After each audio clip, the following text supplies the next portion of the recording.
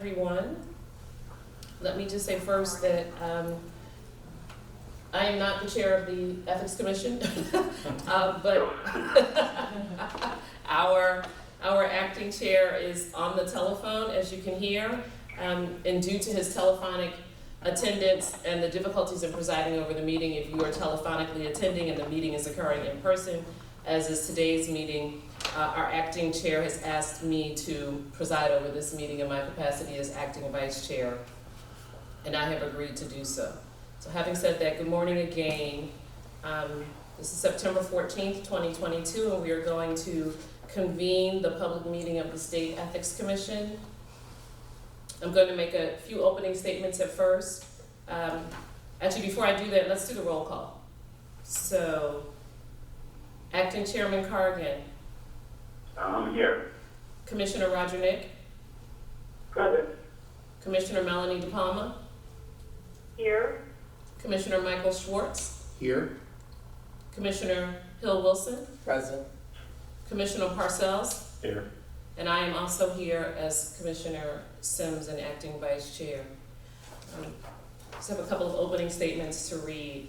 First, pursuant to the requirements of the Sunshine Act, the holding of an executive session must be announced at the public meeting immediately prior to said executive session or at the next meeting thereafter. An executive meeting will be held today, September 14th, 2022, immediately following this session, to review matters that are by state statute confidential, including the review of completed investigations for the purpose of issuing final adjudications, the review and consideration of an application for a 90-day extension of an investigation filed by the Investigative Division, and certain administrative matters. At the end of today's meeting, we will have the opportunity for public comment. Pursuant to the Public Official and Employee Ethics Act, Act 170 of 1978, as amended by Act 9 of 1989 of June 26, 1989, and as amended by Act 93 of 1998, the State Ethics Commission is specifically mandated to hold at least 2 public hearings each year, of which at least one shall be held in Harrisburg and at least one shall be held in a location other than Harrisburg, to specifically seek input from persons and organizations who represent any individuals subject to the provisions of this act, and from other interested parties. We have placed on the agenda for today's public meeting a notice that the Commission will be meeting today in part to receive the input or testimony of said individuals pursuant to the provisions of the law. As our previously published notice has indicated, the Commission will request copies of any statement that is presented. The individuals presenting statements before the Commission will be allocated 15 minutes in order to complete their statements. Statements shall be uninterrupted except that such statements may be interrupted or terminated by the presiding officer if it is determined that the statement is impertinent, scandalous, or otherwise improper. Having said that, the first matter for today's meeting is the review of the minutes from the June 28th, 2022 public meeting. Is there a motion? So moved. Motion by Commissioner Parcells, second. Rhonda Wilson, second. Second by Commissioner Hill Wilson. Any discussion? Hearing none, all in favor? Aye. Aye. Opposed? Abstentions? The next matter is the review of the minutes from the August 10th, 2022 public conference, teleconference meeting. Is there a motion with regard to those minutes? So moved. By Commissioner Schwartz, is there a second? Second. By Commissioner Hill Wilson, all in favor? Aye. Aye. Aye. Opposed? Abstentions? Thank you. Substantive matters, the first of which are civil penalty orders, which are going to be presented by Commissioner Parcells. This is in Ray Snyder, Selfridge, and Smith. Commissioner? There are 3 civil penalty cases with post-consent agreements that are now before this commission for decision. These cases involve respondent Donald L. Snyder Jr., who failed to timely file a statement of financial interest for calendar year 2017 and filed a deficient statement of financial interest for calendar year 2018. and respondents Eric Selfridge and Gwin Smith, who failed to timely file a statement of financial interest for calendar year 2020. In the case of respondent Snyder, the parties' consent agreement proposes that the commission find that respondent Snyder failed to timely file statements of financial interest for calendar year 2017 and filed a deficient statement of financial interest for calendar year 2018 and impose a civil penalty in the amount of $350. In the case of respondent Selfridge, the parties' consent agreement proposes that the commission find that respondent Selfridge failed to timely file a statement of financial interest for calendar year 2020 and impose a civil penalty in the amount of $200. In the case of respondent Smith, the parties' consent agreement proposes that the commission find that respondent Smith failed to timely file a statement of financial interest for calendar year 2020 and impose a civil penalty in the amount of $150. The respondents have agreed to file their delinquent statements of financial interest for the years stated. Based upon my review of the facts, I'm of the opinion that these consent agreements are consistent with commission precedent and are proper dispositions for these cases. It is my opinion that the commission should impose the civil penalties agreed to by the parties per their respective consent agreements. It is further my opinion that the commission should order the respondents to file their delinquent statements of financial interest to the extent they have not already done so. There is nothing of record that would constitute a defense or excuse for non-compliance. Based on my analysis and comments, I would like to make the following motion.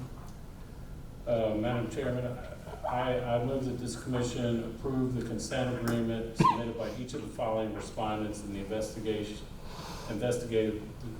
division imposing civil penalties for failure to timely file statements of financial interest as follows.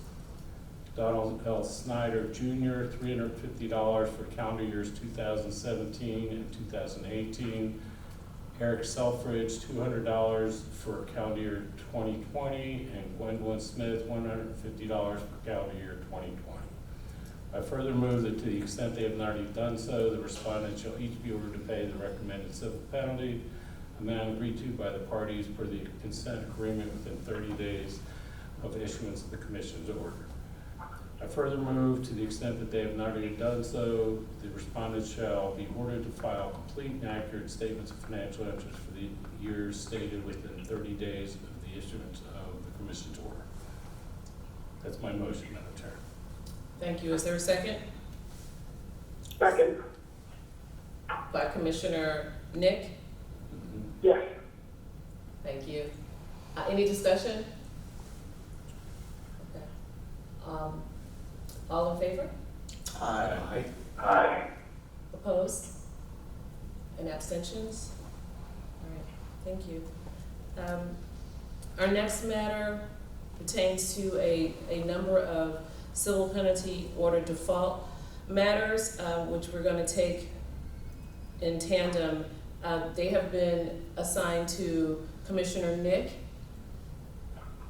Yes, thank you, Madam Chairman. Excuse me. 7 civil penalty default cases are now before this commission for decision. The respondents involved in these cases will be identified individually in the motion I will be making with regard to these cases. These respondents failed to file statements of financial interest for the calendar years that I will detail in my motion. The respondents did not take action or respond to the civil penalty proceedings. Following a review, it is my opinion that as to each respondent, the commission should levy a maximum civil penalty of $250 for each delinquent statement of financial interest. It is my opinion that the commission should also order these respondents to file their delinquent statements of financial interest. There is nothing of record that would constitute a defense or excuse for their non-compliance. Based upon my analysis and comments, I would like to make the following motion. Go ahead. I move that this commission levy maximum civil penalties against the respondents in these 7 civil penalty default cases as follows. For the following 7 cases, I move that this commission levy a maximum civil penalty in the total amount of $250 against each respondent for failing to file a statement of financial interest for calendar year 2020. Robert Denis, Krista Krug, Kenneth Gwin, Ann Nauman, Patrick Lee, Brian Miller, and Jason Rayner. Further, these respondents shall be ordered to file complete and accurate statements of financial interest for the year stated within 30 days of issuance of the Commission's orders. That is the motion. Thank you. Is there a second? Just a clarification. Corrigan. Madam Vice Chair, just a Yes. clarification. I had thought, and Commissioner Nick, I don't know if you had said it, I thought Brian Miller was 2019, not 2020. I'll address that. When we were reviewing the materials for the meeting, I noticed that there was Julie noticed that there was a mistake in the year. Apparently, Mr. Miller we had done one at the last meeting for him for 2019, and so we got confused between 2019 and 2020. So I sent Commissioner Nick an updated evaluation and motion to make. Thank based you. on that. Clarification. I thought that was just a test to see. I apologize, Roger, and my clarification has been satisfied. Okay, so No, motion. I probably should have mentioned that at the beginning, but I didn't. All right, thank you. So we have a motion by Commissioner Nick and a second by Acting Chair Corrigan. Are we prepared for the vote? All in favor? Aye. Opposed? Abstentions? All right, thank you. That motion carries.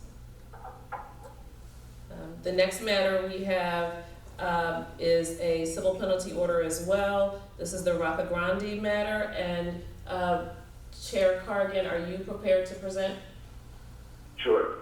Okay. There's one contested civil penalty case that is now before the Commission for decision, and it involves respondent Thomas J. Roccograndi, who, as a constable, failed to timely file a statement of financial interest for calendar year 2019 with his Commission. In late 2020, the respondent was served with a notice letter and a final notice letter, each of which informed him that he had failed to file a statement of financial interest for calendar year 2019 and provided him an opportunity to avoid the institution of civil penalty proceedings by filing the delinquent form.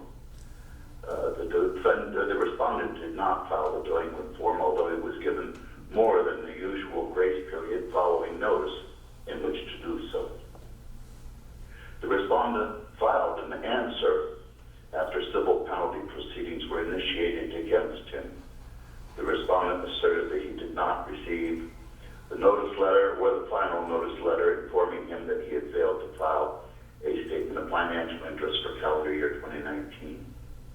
The respondent submitted with his answer a statement of financial interest for calendar 2019, which he claimed was a copy of a form that he sent to this Commission on February 16, 2020. At the request of the investigative division, a hearing was held in this matter, but the respondent did not attend the hearing. The meeting materials that all commissioners received include the parties' pleadings, as well as the hearing record and the investigative division's brief and closing statement. The respondent did not file a brief. It is my view that the evidence establishes that the respondent failed to comply with Section 1104A of the Ethics Act when he failed to timely file his statement of financial interest for calendar year 2019. There is no evidence of record to establish mitigating circumstances in this case. The respondent's assertion that he did not receive notice of the delinquency of his form is unsupported. Quite to the contrary, we have indications that he did receive notices. There is nothing of record that would constitute a defense or excuse for the respondent's failure to comply with the Ethics Act. It's my opinion that the Commission should levy a maximum civil penalty of $250 against the respondent for the delinquent statement of financial interest for calendar year 2019. Based upon my analysis and comments, I would like to make the following motion. I move that this Commission levy a maximum civil penalty in the amount of $250 against the respondent, Thomas J. Roccograndi, for failing to timely file a statement of financial interest for calendar year 2019 On the motion, is there a second? Second. By Commissioner Hill Wilson. Any discussion? I have one question. He alleged that we were sending notices to his wrong address. Did anybody actually investigate what his actual address was?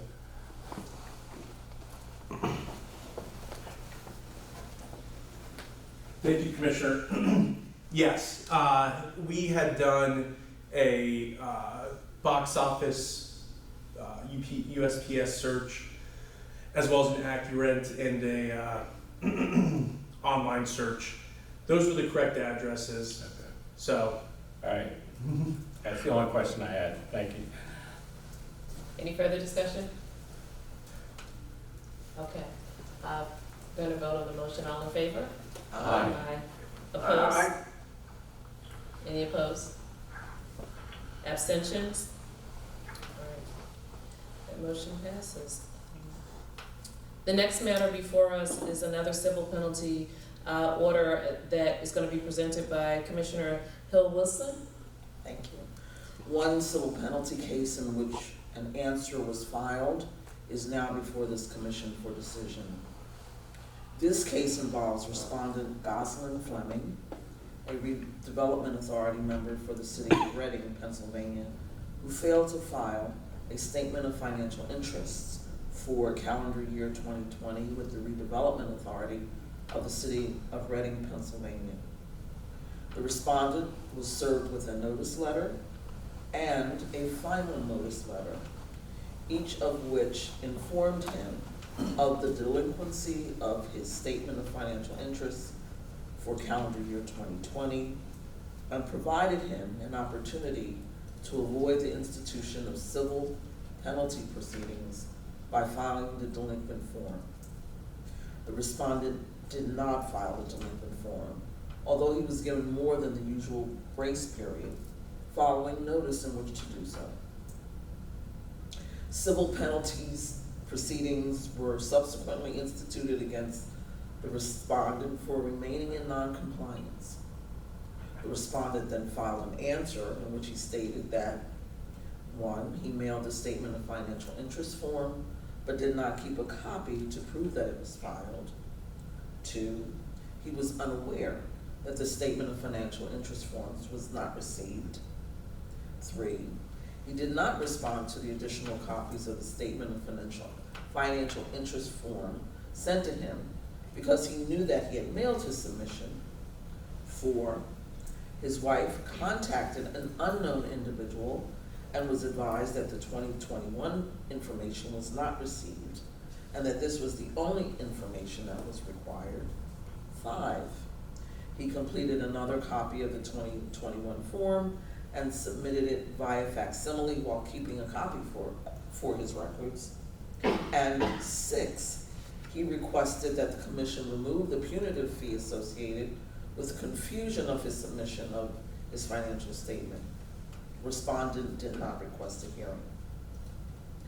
Following review, it is my opinion that the commission should levy a maximum civil penalty of $250 against the respondent for the delinquent statement of financial interest for calendar year 2020.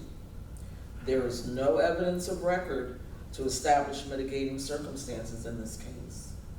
The assertions set forth by the respondent in his answer are unsupported. There is nothing of record that would constitute a defense or excuse for the respondent's failure to comply with the Ethics Act. Based upon my analysis and comments, I would like to make the following motion. I move that this commission levy a maximum civil penalty in the amount of $250 against respondent Gosselin Fleming for failing to file a statement of financial interest for calendar year 2020 with the redevelopment authority of the city of Reading, Pennsylvania. On the motion by Commissioner Hill Wilson, is there a second? Second. By Commissioner Parcells. Any discussion? Okay, all in favor of the motion? Aye. Opposed? Commissioner De Palma, I just want to clarify, are you responding to the motion to be in favor or opposed? Pardon, I was a little late in responding. I had my phone on mute. Thank you. No worries. Okay, opposed? Abstentions?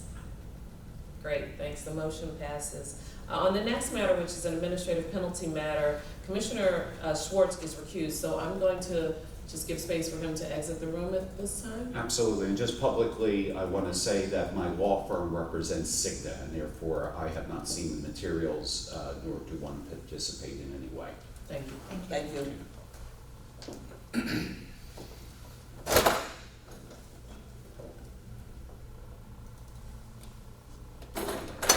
Okay, Commissioner De Palma, we are prepared for you to present at this time. Yes, thank you very much. There is one default administrative penalty case for our consideration today. Respondent, Cigna Health and Life Insurance Company, is a registered principal that failed to timely file either a quarterly expense report or a statement of failure to meet the reporting threshold for the fourth quarter of 2021. Based upon the record before us, it is my view that the respondent's transgression of the lobbying disclosure law was negligent. Respondent, Cigna Health and Life Insurance Company, has yet to file its expense report or statement of failure to meet the reporting threshold for the fourth quarter of 2021. There is no basis in the record for imposing less than a maximum civil penalty against Cigna Health and Life Insurance Company. I would note that the penalties provided under Act 2 of 2018 are applicable to this case. Based upon my review of the facts, I would like to make the following motion. I move that this commission levy upon respondent Cigna Health and Life Insurance Company one maximum administrative penalty in the total amount of $42,700 for its failure to timely file with the Pennsylvania Department of State either a quarterly expense report or a statement of failure to meet the reporting threshold for the fourth quarter of 2021. The administrative penalty is calculated at $50 per day for each of the first 10 days the expense report or statement of failure to meet the reporting threshold is delinquent, plus $100 per day for each of the following 10 days the expense report or statement of failure to meet the reporting threshold was delinquent, plus $200 per day for each of the remaining 206 days respondent's expense report or statement of failure to meet the reporting threshold has remained delinquent. I further move that Cigna Health and Life Insurance Company be ordered to pay the aforesaid administrative penalty in the total amount of $42,700 by no later than the 30th day after the mailing date of the Commission's order. Finally, I move that Cigna Health and Life Insurance Company be ordered to file a complete and accurate fourth quarter 2021 expense report or statement of failure to meet the reporting threshold as appropriate with the Pennsylvania Department of State by no later than the 30th day after the mailing date of the Commission's order. That's my motion. Thank you, Commissioner De Palma. On the motion, is there a second? Second, Nick. By Commissioner Nick, thank you. Is there any discussion? Okay, hearing none. All in favor? Aye. Aye. Opposed? Abstentions? The motion carries. I'll get Mr. Commissioner Corrigan, bring him back into the room.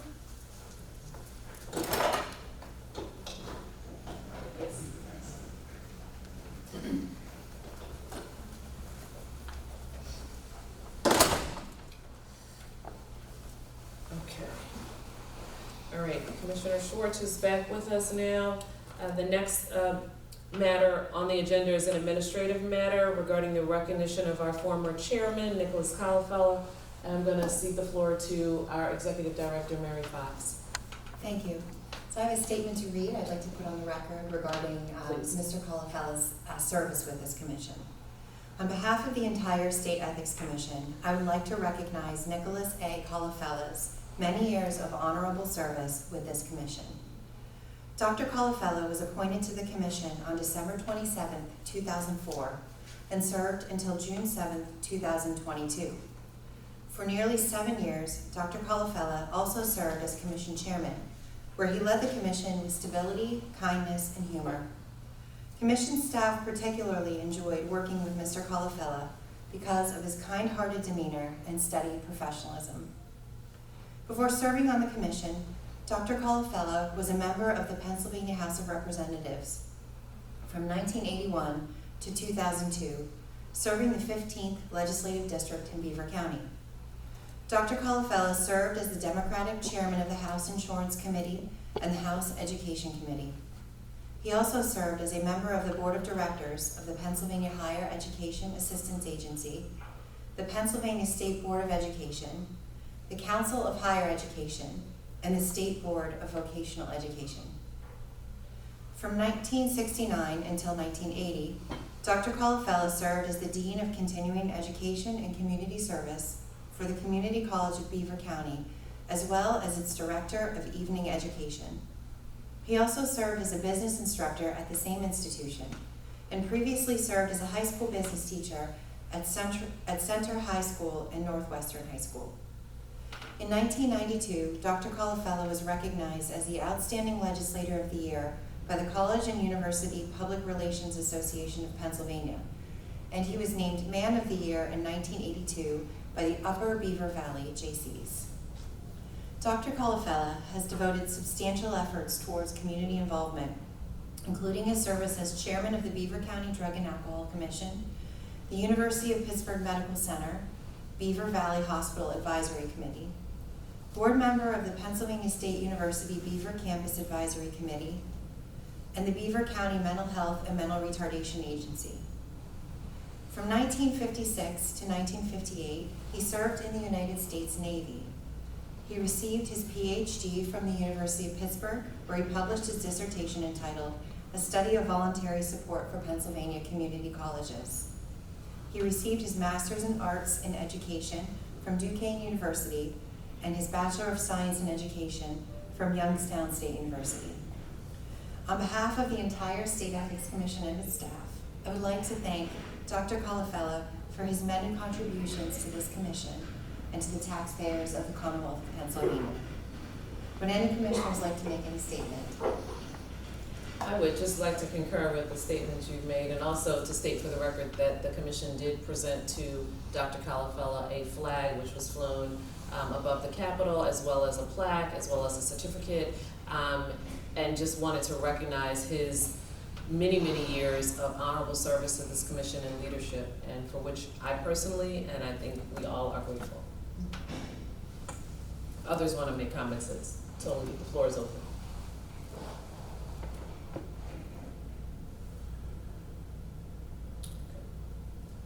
All right, thank you, Mayor. Thank you. We are now at the point of our meeting where there is an opportunity for public comment. We have in the audience members of our staff from the Pittsburgh office. I don't know if any of you would like to make a comment, but otherwise I don't see anyone else from the public. If you would like to make a comment, you're welcome to do so. We're just we're happy to be here and just Better be a good one. and just obviously wanted to take the opportunity to especially introduce the new investigator in our office, Ms. Easley, and then obviously meet some of the new commissioners that we have not met. No one's rising. I'll move that we adjourn the meeting, madam. Oh, actually, no, Commissioner Carpin, one of the staff members is speaking. Do you want to come up a little bit closer so that Oh, I did come in. you couldn't hear, right? Oh, gosh. Just a little bit. They can't hear, because they can't hear. No, I was just stating that I was happy to be here and have the opportunity to see the commissioners and just an opportunity to meet them. We have a new investigator in our office who started a few months ago, Ms. Easley, and so we also wanted to introduce her to the commissioners as well. So that is all. Thank you for this. That is all. Thank you for being here. Well, I just want to say I am happy and pleased to meet all of you. We don't often get a chance to come to different cities, but it's my pleasure to actually put a face two names, and it's welcome. And if they treat you wrong because you're a newbie, come see me. I know what that's all about. No, I'm just kidding. It was wonderful. Great, okay. So, Chairman, I'm prepared to receive your motion now. Oh, I will move that the public meeting of the State Ethics Commission do now adjourn. Is there a second on the motion? Second. By Commissioner Parcells. Any discussion? All in favor? Aye. Aye. Aye. Opposed? Abstentions? That concludes the meeting.